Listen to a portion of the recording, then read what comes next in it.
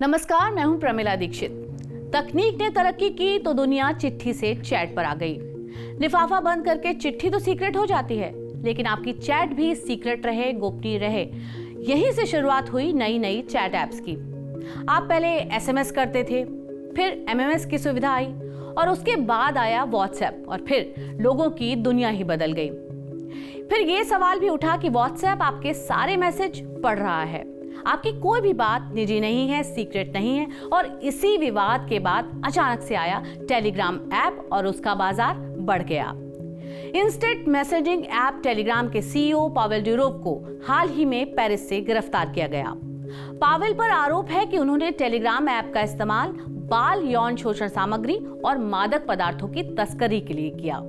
हालांकि पावेल को पूछताछ के बाद रिहा कर दिया गया है। ड्यूरोव पर पूछताछ के दौरान टेलीग्राम के कानूनों का हवाला देते हुए जांचकर्ताओं के साथ इंफॉर्मेशन और डॉक्यूमेंट शेयर नहीं करने का भी आरोप है। धोखाधड़ी के इस मामले की जांच में इस ऐप ने अधिकारियों के साथ सहयोग नहीं किया। आरोप यह है कि टेलीग्राम का सबसे ज्यादा इस्तेमाल स्कैम, फ्रॉड और क्रिमिनल एक्टिविटीज में हो रहा है, जिसमें एक्सटॉर्शन और गैम्बलिंग भी शामिल है।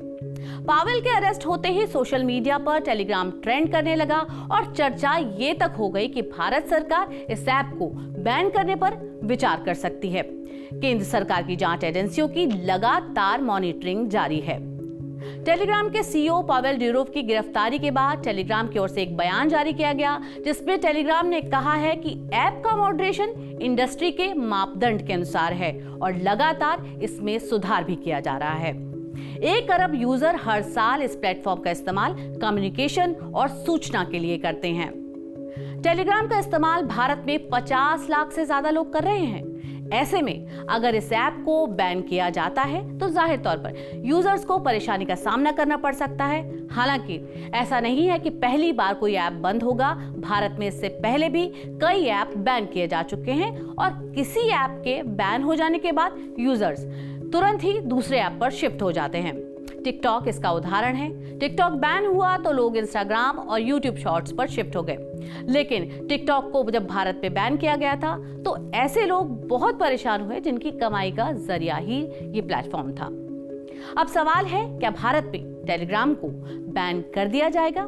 सोशल मीडिया से लेकर स्टूडेंट के ग्रुप और फ्री में मूवी देखने वालों का सभी का एक ही सवाल है, क्या भारत में टेलीग्राम को जल्द ही बैन कर दिया जाएगा? इसके बारे में हालांकि अभी सरकार की ओर से कोई प्रतिक्रिया नहीं आई है, लेकिन हमने एक्सपर्ट से बात की है आपके लिए। और इस मामले में cyber security expert Jitendra Jain का कहना है कि उन्हें नहीं लगता कि टेलीग्राम को केवल इस बात से बैन किया जा सकता है कि टेलीग्राम ने इंक्रिप्शन या 100% लॉ एनफोर्समेंट से कोऑपरेट नहीं किया। ये एक बहुत बड़ी चुनौती है। इसमें एक कानून का अनुपालन ना करना बड़ी कंपनियों के लिए बड़ा विषय बन गया है, जिसमें व्हाट्सएप जैसी बड़ी कंपनियां भी शामिल हैं, टेलीग्राम भी शामिल है और सिग्नल भी है, जो इंक्रिप्शन शेयर नहीं करती। अगर बैन किया गया तो सभी को बैन किया जाएगा। ये तभी हो सकता है जब कानून का कठोरता से पालन किया जाए। जहां तक आज की स्थिति का सवाल है, टेलीग्राम केवल एक फेज भर है। मूल जड़ ये है कि कंपनियां कानून का पालन नहीं कर रही हैं। अब ये भी सवाल उठता है कि टेलीग्राम को बैन करने से परे क्या टेलीग्राम भारत में एक तरह की चुनौती है? साइबर सिक्योरिटी एक्सपर्ट कहते हैं कि टेलीग्राम का इस्तेमाल धोखाधड़ी और स्कैम जैसी चीजों के लिए हो रहा है, लेकिन वही इस्तेमाल व्हाट्सएप, सिग्नल, इस तरह के तमाम ऐप भी कर रहे हैं। टेलीग्राम जैसे ऐप को कानून का पालन करना चाहिए था, लेकिन ये कह देना कि वो खुद तस्करी करा रहे थे, इसमें शामिल थे, इससे जानकार सहमत नहीं है। और उन्होंने कहा टेलीग्राम को कम से कम इस बात का ग्रेस मार्क देना चाहिए। जब आप बात करते हैं, बताने के लिए कहते हैं, उसके बाद भी वो पालन ना करें तो ये समस्या है और उस समस्या के बारे में अभी तक एक्शन नहीं लिया, इसलिए उनको जिम्मेदार ठहराया जा सकता है। लेकिन टेलीग्राम व्यक्तिगत तौर पर शामिल था, इसके लिए जानकार सहमत नहीं है। टेलीग्राम बैन के सवाल पर cyber security expert Amit Dubey से भी हमने बात की, क्योंकि उनका कहना है टेलीग्राम अवैध और पेटेंट कंटेंट का अड्डा बन गया है। बहुत से अपराधी इसका इस्तेमाल कर रहे हैं। जो अपराधी हैं वो इस तरह के कंटेंट डालने वाले लोग हैं कि उन लोगों की पहचान एजेंसियां नहीं कर पाती। टेलीग्राम को उनकी जानकारी देनी चाहिए, वो समय पर जानकारी नहीं दे रहा है। अगर हमारे सोशल मीडिया गाइडलाइंस का पालन करने को तैयार है तो जाहिर तौर पर इस पर चर्चा होगी, लेकिन अगर वो जानकारी नहीं देते हैं तो पबजी और जैसे दूसरे प्लेयर्स रहे हैं उसकी तरह टेलीग्राम को भी कानूनी लड़ाई फेस करनी होगी। अब सवाल है, क्या इस तरह के तमाम जो सीक्रेट चैटिंग ऐप है उनका इस्तेमाल अपराध के लिए किया जा रहा है? इस पर एक्सपर्ट कहते हैं कि इस समय भारत में 100 से ज्यादा चैटिंग ऐप्स हैं जिनका उपयोग अपराधी कर रहे हैं। ऐसी एक ऐप है ज़ांगी, जो चीन की है। वीचैट भी था, भारत ने उसको बैन कर दिया, लेकिन ज़ांगी चल रहा है। ज़ांगी में कोई भी व्यक्ति जो चैट कर रहा है पूरी तरह छिप जाता है, कोई भी पता नहीं लगा सकता कि आप किससे बात कर रहे हैं, वो कौन है, और इसका इस्तेमाल अपराधी कर रहे हैं। पुलिस के लिए पता लगाना मुश्किल हो रहा है कि ज़ांगी के पीछे व्यक्ति कौन है। हाल ही में अमित दुबे ने एक एग्जामिनेशन फ्रॉड पर काम किया, तो इन्वेस्टिगेशन के दौरान उन्होंने जिन लोगों पर शक था उनसे बात करी। मालूम चला उनका आपस में कोई कनेक्शन नहीं निकला, अलग अलग जगह के रहने वाले लोग थे। लेकिन जब सबके फोन खंगाले गए तो देखा गया कि सभी के फोन में ज़ांगी ऐप है और वो इसी के जरिए आपस में बातचीत कर रहे थे।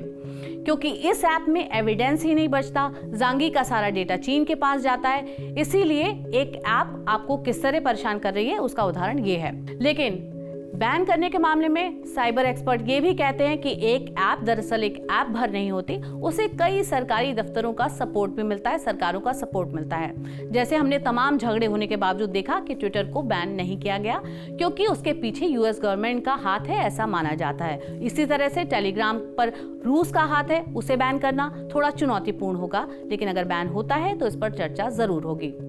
इस तरह के और कितने ऐप हैं जिनका इस्तेमाल अपराधी कर रहे हैं? इस मामले में जतिन जैन कहते हैं कि बहुत सारे चैटिंग ऐप हैं। व्हाट्सएप भी इंक्रिप्शन शेयर नहीं करता, जिसका मार्केट 90% है, और टेलीग्राम, सिग्नल तीनों ही इंक्रिप्शन शेयर नहीं करते, एक ही जैसी स्थिति में है। अगर फेहरिस्त की बात करें तो कैसी कितनी ऐप्स हैं आपको बताएं। फेसबुक मैसेंजर है, टेलीग्राम है, Jio chat, Skype, WhatsApp, Hike, Google Hangout, India chat app, Sandesh, Line, Kik Messenger, ShareChat, Signal, Truth Messenger, Viber, Namaste Bharat, WeChat और स्नैपचैट, ये तमाम ऐप भारत में इस वक्त मौजूद हैं। एक ताजा आंकड़ा ये कहता है कि भारत में 84% लोग व्हाट्सएप का इस्तेमाल करते हैं, 52% फेसबुक मैसेंजर का इस्तेमाल करते हैं, 45% टेलीग्राम पर निर्भर हैं और 30% गूगल चैट पर डिपेंडेंट है, और 33% लोग चैट के लिए जूम का इस्तेमाल करते हैं। क्या भारत में पिछले दिनों जो फ्रॉड हुए हैं उनमें कहीं टेलीग्राम का जिक्र आता है? ये वो सवाल है जिसका जवाब आपको हैरान कर देगा, क्योंकि पिछले कुछ महीनों में ही भारत में कई ऐसे फ्रॉड हुए हैं जिसमें टेलीग्राम का जिक्र सीधे आया है, जिसमें इन्वेस्टमेंट फ्रॉड शामिल है, जहां पर पीड़ितों को वीडियो लाइक और शेयर करने के लिए कुछ पैसे दिए जाते थे। अलग अलग आईडी बनाकर टेलीग्राम ग्रुप में जोड़ा जाता था, बड़े मुनाफे का झांसा दिया जाता था, और शुरुआत में मुनाफा दिया जाता था थोड़ा बोड़ा, जिसके बाद पीड़ित मोटी रकम निवेश कर देता था और उन्हें ठग लिया जाता था। एक आंकड़ा ये भी कहता है कि दिल्ली पुलिस के पास रोजाना 600 से ज्यादा इस तरह की शिकायतें आती हैं, जिसमें ऐसे पीड़ित होते हैं जिनके लाखों रुपए तक ठग लिए गए हैं। और ठगी करने वाले कौन लोग हैं? ये वो लोग हैं जो चीन, हांगकांग, दुबई, कंबोडिया, मलेशिया जैसे देशों में हैं। भारत में भी कुछ लोग हैं और पुलिस के लिए उन तक पहुंच पाना बहुत टेढ़ी खीर है। केंद्रीय मंत्री धर्मेंद्र प्रधान ने बताया कि पेपर लीक मामले में भी इस ऐप का जिक्र हुआ है, क्योंकि जो प्रश्न डार्कनेट पर मिले थे उनका सर्कुलेशन टेलीग्राम पर ही हुआ। 3 मई 2023 को नीट और यूजी के कई आवेदकों को कथित तौर पर एग्जाम में आने से पहले ही उनके पेपर मिल चुके थे, और ये पेपर भी सबसे पहले टेलीग्राम पर ही शेयर किए गए थे। सेबी ने भी इसकी शिकायत दर्ज कराई है, जिसने अप्रैल में ये कहा है कि बाजार में शेयरों में जो सट्टेबाजी हो रही है उसमें कहीं ना कहीं टेलीग्राम का हाथ है। टेलीग्राम पर धोखाधड़ी भी होती है। इस साल के मई महीने में भोपाल के 2 व्यक्तियों को अरेस्ट किया गया, जिन पर यह आरोप था कि उन्होंने स्थानीय डॉक्टर से 38 लाख रुपए धोखाधड़ी में वसूले हैं। ये तमाम ऐसी घटनाएं हैं जो लोगों के पास जिनकी जानकारी सूचना पहुंच गई है। लेकिन टेलीग्राम से जुड़े ज्यादातर मामले ऐसे हैं जिसमें लोगों के साथ फ्रॉड तो होता है, लेकिन उनकी शिकायत नहीं हो पाती। टेलीग्राम के फीचर को बिना हाई लेवल इन्वेस्टिगेशन के ट्रैक कर पाना अपने आप में ही बड़ी चुनौती है। दरअसल लोग टेलीग्राम की ओर आकर्षित ही तब हुए जब उन्हें ये मालूम चला कि व्हाट्सएप अब उनकी पर्सनल बातचीत को पर्सनल नहीं रखेगा। साल 2016 में व्हाट्सएप ने end to end encryption feature को लॉन्च किया। इसका मतलब था कि 2 लोगों की आपसी बातचीत उनकी आपसी बातचीत ही है। कोई स्क्रीनशॉट लेकर शेयर करे तो अलग बात है, लेकिन व्हाट्सएप से बात बाहर नहीं जाएगी। इस फीचर को यूजर्स की प्राइवेसी को मेंटेन रखने के लिए लॉन्च किया गया था। End to end encryption feature से आपके messages, photo, video, voice message, document, status update और कॉल्स सब सुरक्षित रहते हैं। इसमें पूरे डेटा का कोई गलत इस्तेमाल नहीं कर सकता। केंद्र सरकार ने साल 2021 में नए आईटी नियम पूरे देश में लागू किए, जिसमें सभी सोशल मीडिया प्लेटफॉर्म को मैसेज, कॉल और दूसरी जानकारियों को सुरक्षित रखने को कहा और ये कहा कि अगर सरकार वो जानकारियां मांगती है तो इन ऐप्स को उन्हें मुहैया कराना होगा सरकार को, जिसका व्हाट्सएप ने विरोध किया था। End to end encryption feature को लेकर सरकार और व्हाट्सएप के बीच तनाव भी रहा। ठीक उसी वक्त बाजार में लॉन्च हुआ टेलीग्राम। अब आपको टेलीग्राम का इतिहास भी बता दें।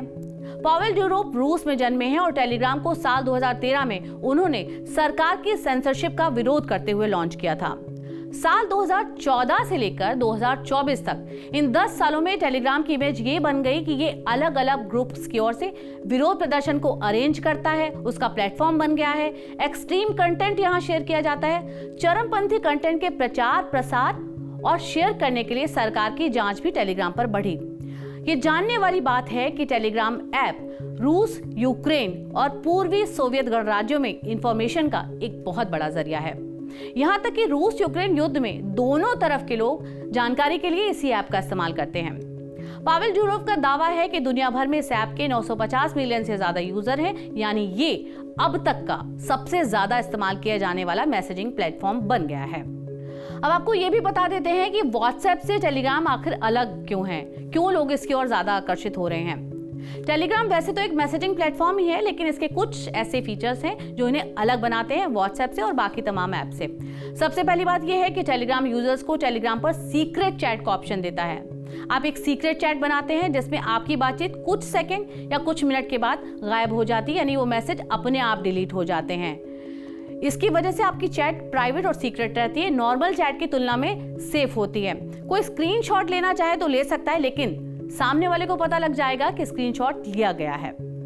दूसरा, व्हाट्सएप में चैट लॉक करने का सिस्टम तो है, लेकिन सीक्रेट चैट जैसे फीचर नहीं है। व्हाट्सएप पर जब आप कोई फोटो भेजते हैं तो उसका रेजोल्यूशन कम हो जाता है, क्वालिटी घट जाती है, लेकिन टेलीग्राम पर ऐसा नहीं होता। एंड्रॉइड और आईफोन दोनों पर फोटो की क्वालिटी में कोई नुकसान नहीं पहुंचता अगर आप टेलीग्राम पर भेज रहे हैं। टेलीग्राम पर यूजर्स एक ही अकाउंट पर एक से ज्यादा डीपी यानी डिस्प्ले पिक्चर लगा सकते हैं। इसमें यूजर्स को एक ही टाइम पर एक से ज्यादा फोटोज ऐड करने का ऑप्शन मिलता है, जबकि व्हाट्सएप पर यूजर केवल एक ही प्रोफाइल पिक्चर लगा सकता है। टेलीग्राम आपको अपना नंबर छिपा कर रखने का फीचर देता है। अगर किसी ने आपका नंबर सेव किया है तो भी उसको मालूम नहीं चलेगा कि आप टेलीग्राम पर हैं। टेलीग्राम पर अगर आप किसी से अपने नंबर से बात नहीं करना चाहते तो आप उसको अपना यूजर आईडी दे सकते हैं और ऐसे बातचीत कर सकते हैं। ऐसा नहीं है कि टेलीग्राम पर बैन की बात हो रही है और ये कोई पहला ऐप होगा जो बैन हो रहा है। भारत में अब तक तमाम और ऐप भी बैन हो चुके हैं। साल 2020 में भारत ने TikTok, UC browser, SHAREit, Helo, Likee, WeChat, beauty plus और ऐसे तमाम पॉपुलर ऐप्स पर बैन लगाया था। सितंबर 2020 में 118 चीनी ऐप्स को भारत में बैन कर दिया गया था और फरवरी 2022 में भारत सरकार ने 54 मोबाइल ऐप्स पर बैन लगाया था, जिसमें गेमिंग ऐप पबजी के साथ Livik, WeChat work, WeChat reading, carrom friends और कैम कार्ड जैसे ऐप भी शामिल थे।